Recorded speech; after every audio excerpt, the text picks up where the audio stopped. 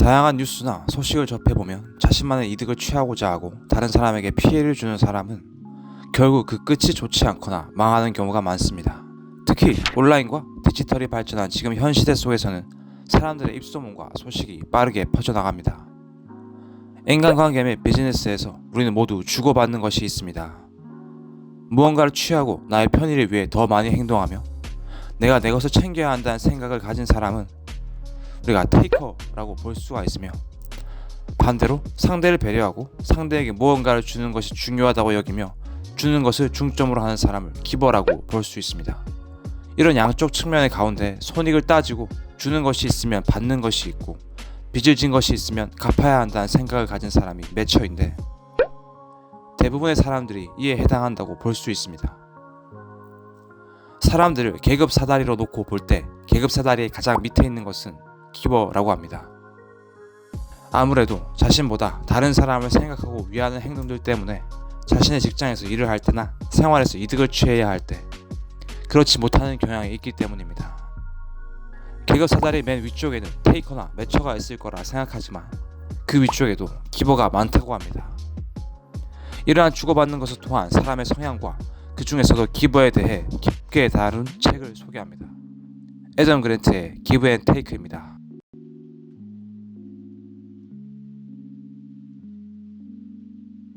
테이커와 같이 자기 입속만을 중점으로 챙기려는 사람은 시간이 지나면서 점점 자신에 대한 평판이 나빠지고 자신이 성공하는 것을 축하해주기보다 탐탁치 않게 여기는 사람이 많아지게 됩니다. 내가 조금 손해를 보는 것 같더라도 다른 사람에게 베풀고 선행을 행하는 사람들의 소식도 쉽게 알 수 있습니다. 이런 사람들의 선행과 나눔을 보고 사람들은 그 사람들에게 투자를 하거나 그 사람들의 사업이 번창할 수 있도록 정신적으로, 물질적으로 지지하는 모습도 볼 수가 있습니다. 이런 것을 보면 나누고 베푸는 것은 단순한 사람의 미덕으로 끝나는 것이 아니라 경제적으로도 그 사람에게 성공을 가져다 주는 것일지도 모릅니다. 그렇다면 어떻게 기버가 계급 사다리의 꼭대기에 있을 수 있고 사람들에게 영향을 끼치면서 각종 비즈니스나 인간관계에서 성공적인 결과를 만들 수 있을까요? 이 책에는 여러 가지 예시와 원인이 있지만 그 중에 그들이 사용하는 말과 설득 방식을 살펴보겠습니다. 일반적으로 사람들이 타인에게 영향력을 행사하는 방법에는 주로 두 가지가 있습니다. 그것은 지배력과 명망입니다. 일반적으로 테이커들은 지배력을 얻는 쪽에 관심이 많은데 이 지배력을 행사하기 위해서는 강력한 권력이나 권위가 있어야 합니다. 타인보다 위에 있으므로 단호하고 강력한 어조로 말을 하고 그것으로 영향력을 행사합니다. 반면에 명망이 있다는 것은 다른 사람들의 존중과 존경을 얻음으로써 생기는 것입니다. 명망을 얻기 위해 쓸 수 있는 것이 힘을 뺀 의사소통 방식인데, 이 힘을 뺀 의사소통 방식을 통해 기버들은 명망을 쉽게 얻고 사람들에게 영향력을 발휘합니다. 힘을 뺀 의사소통 방식으로 자신의 취약성 드러내기, 질문하기, 조심스럽게 말하기, 조언 구하기 등이 있습니다. 첫 번째는 자신의 취약성이 드러나는 것입니다. 데이빗이라는 변호사가 있었는데 그는 말을 더듬는 사람이었지만 능력 있는 변호사였고 한 재판에서 승리를 이뤄냈습니다. 물론 말더듬증 때문에 배심원들이 그에게 연민을 가져 그를 선택하고 그가 재판에서 승리한 것은 아닙니다. 하지만 그는 뛰어나고 똑똑한 변호사라는 모습이 아닌 친근한 모습으로 배심원들의 호감과 신뢰를 얻은 것입니다. 심리학자들은 이런 현상을 실수 효과라고 부릅니다. 예를 들어 퀴즈 대회에 참가한 신청자들의 오디션 내용을 녹음하여 사람들에게 들려주었을 때 정답을 말하는 평범한 참가자들의 녹음보다 더 많은 정답을 맞추는 전문가의 녹음을 듣고 사람들은 전문가들에게 더 호감을 느꼈습니다. 그 다음에는 다른 녹음 파일을 틀어주었는데 거기에 참여한 일반인과 전문가들이 각자 커피를 쏟으면서 유리잔이 깨지는 소리와 함께 커피를 쏟았다 라는 식으로 말하는 녹음 파일입니다. 이때 이 녹음 파일을 들은 사람들은 전문가가 실수했을 때 오히려 그에 대한 호감이 증가하였습니다. 전문가라고 여기는 사람의 인간적인 실수가 나와의 거리를 좁혀줘 더 친근하게 느끼게 해준 것이었죠. 두 번째는 질문하기입니다. 뛰어난 협상가나 세일즈맨일수록 평범한 협상가나 세일즈맨에 비해 21% 더 많이 질문하고 협상과 직접 관련된 내용은 10% 덜 이야기하는 경향이 있습니다. 많은 사람들이 자신있고 확신에 찬 태도로 말하는 것을 설득에 중요한 것으로 여기는 경향이 있지만 사람들은 광고, 전화판매, 정치선거, 여러가지 홍보에 지겹고 지쳐하고 있으며 혹시 속임수에 걸려 사기를 당하는 것은 아닌지, 자신의 입속을 챙기려는 테이커에게 속는 것은 아닌지 걱정하기도 합니다.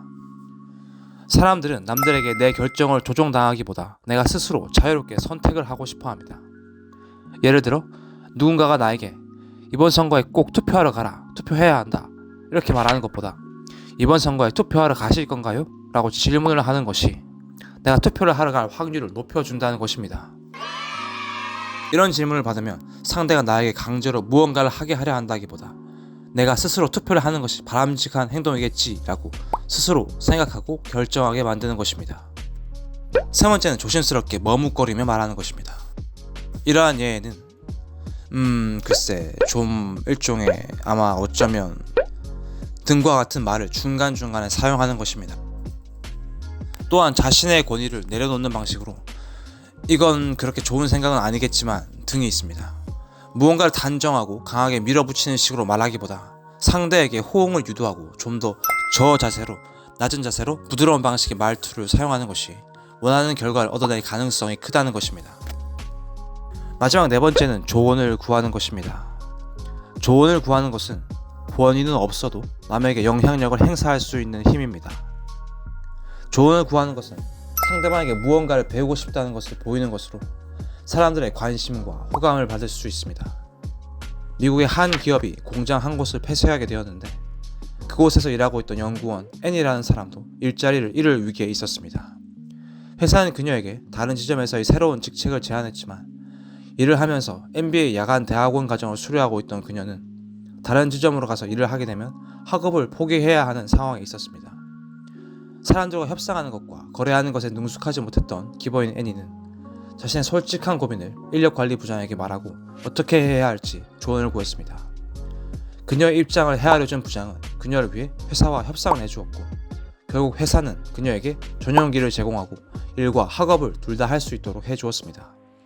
이 전용기는 그녀가 오가야 할 회사와 학교의 지역을 왕복하는 비행기로서 거기에 남는 좌석이 있었기에 그녀에게 제공하기로 한 것입니다. 조언을 구하는 것은 상대방이 나의 관점에서 생각하게 해줍니다. 애니의 사정을 고려한 부장은 회사 전용기 생각이 떠올랐고 그녀의 업무 능력과 성품을 고려해 그런 파격적인 제안을 해준 것입니다. 여기서 조언을 구할 때 중요한 것은 진심이 담겨야 한다는 것입니다. 이렇게 기벌하는 성향을 가진 사람의 말하기와 행동 방식을 살펴보았습니다. 하지만 지치지 않고 탈진하지 않고 베풀면서 자기 자신도 생각하고 무언가를 성취할 기버가 되기 위해서는 자신의 하는 행동에 끼치는 영향력을 확인하고 피드백을 받아야 한다고 합니다. 어느 한 대학의 콜센터에서 그 대학의 졸업생들에게 기부금을 내달라고 부탁하는 업무가 있었습니다. 대부분이 좋은 결과를 내기가 힘들었습니다. 처음 몇 마디를 듣고 기부할 생각이 없다고 말하는 사람들이 대부분이었죠. 콜센터 측은 직원들의 사기와 효율을 높이기 위해 이 책의 저자이자 교수인 애덤 그랜트에게 부탁을 했고 그는 직원들의 성향을 기버, 테이커, 매체로 나누어 조사하였습니다.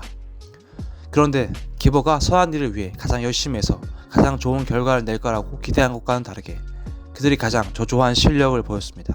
테이커가 자신에게 이익이 되는 것을 보상으로 여기는 반면 기버 성향을 가진 사람은 다른 사람에게 얼마나 이로운 영향을 주었는가에 관심이 있습니다.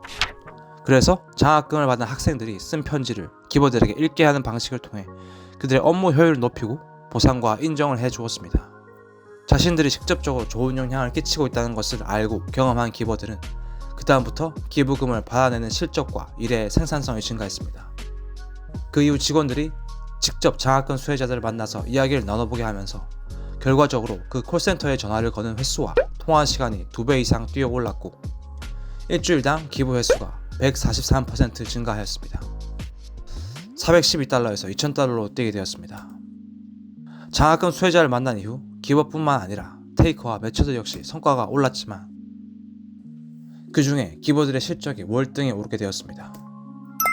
기버들은 자신이 하는 일의 영향력을 직접 경험하게 되면 그들이 쏟는 에너지와 심리적 소비를 다시 회복할 수 있게 되는 것입니다. 기버로서 사는 사람들은 베푸는 것과 이타적인 행동 때문에 스스로 탈진하고 힘들어지는 것을 주의해야 합니다. 또한 한 가지 더 주의해야 할 것은 호구 취급당해서 자신의 이익과 이득을 챙기지 못하고 손해를 보는 삶입니다. 기버들의 특징은 다른 사람을 잘 신뢰하고 잘 공감하는 것에 있습니다. 하지만 매번 그런 식으로 행동하고 살면 뒤통수를 맞고 호구가 될 수 있고 계급 사다리의 밑바닥에 있는 기버가 될 것입니다. 기버들은 테이커에게 휘둘리고 이용당하는 것을 경계해야 합니다. 일반적으로 기버의 성향을 살펴보았을 때 그들은 굉장히 친절하고 상냥할 것이라 여기고, 반면에 테이커는 거칠고 겉으로 보았을 때 탐욕적일 거라 생각합니다. 하지만 겉으로 보이는 성격과 성향과는 다르게 기버는 무뚝뚝한 사람도 있고, 테이커 중에는 굉장히 친절하고 상냥해 보이는 사람들도 많습니다. 그렇기 때문에 몇 번의 대화를 통해 우리는 그 사람이 나를 이용하고 나에게서 무언가를 취하려고만 하는 테이커인지 아닌지를 잘 판단할 필요가 있습니다. 특히 짧은 시간에 자기가 무슨 일을 하고 어떤 사람인지를 적극 어필하는 경우 테이커일 가능성이 높습니다. 그런 테이커를 상대할 때는 기버들은 전략을 바꾸어서 매초와 같이 변해야 합니다. 단순히 베풀기보다 자신의 이익도 적극 고려해야 합니다. 3번 중 2번은 그 사람과 줄다리기를 하고 경쟁을 하지만 한 번쯤은 다시 양보하거나 다시 한번 그 사람에게 기회를 주는 것이죠. 사람마다 성향이 다르고 그것을 바꾸는 게 쉽지 않지만 기버가 아니더라도 서로 베풀고 돕는 것으로 사람들을 이끌 수 있는 방법은 없을까요? 기버에게는 베풀고 돕는 것이 일반화되어 있습니다. 테이커가 더 많이 베풀게 하기 위해서는 돕는 것을 공식적인 상황으로 만드는 것이 좋습니다. 공식적이고 공개적인 상황 속에서 테이커가 남을 도울 가능성이 크며 남을 도움으로써 그것이 자신의 평판에 도움이 된다고 여긴다면 테이커는 기꺼이 다른 사람들을 돕습니다. 테이커들은 보통 정해진 파이에서 가장 큰 파이를 차지하려 하지만 기버들은 정해진 파이의 크기를 키워서 다른 사람들도 충분히 만족할 만큼 나눌 수 있게 하며 자신의 몫도 크게 얻는 것입니다. 비즈니스든 사람과의 관계든 제로섬 게임으로 바라보는 것이 아니라 서로에게 윈윈이 되는 게임으로 바라보는 것이죠. 기버가 되거나 기버가 아닐지라도 그렇게 행동해야 하는 이유는 단순히 계급 사다리의 꼭대기로 가기 위해서뿐만 아니라 내가 베풀므로써 나에게도 이익이 오는 것을 알기 때문만 아니라 이 사회에 호혜의 고리를 만들어서 서로가 서로를 돕는 따뜻한 사회를 만들기 위함입니다.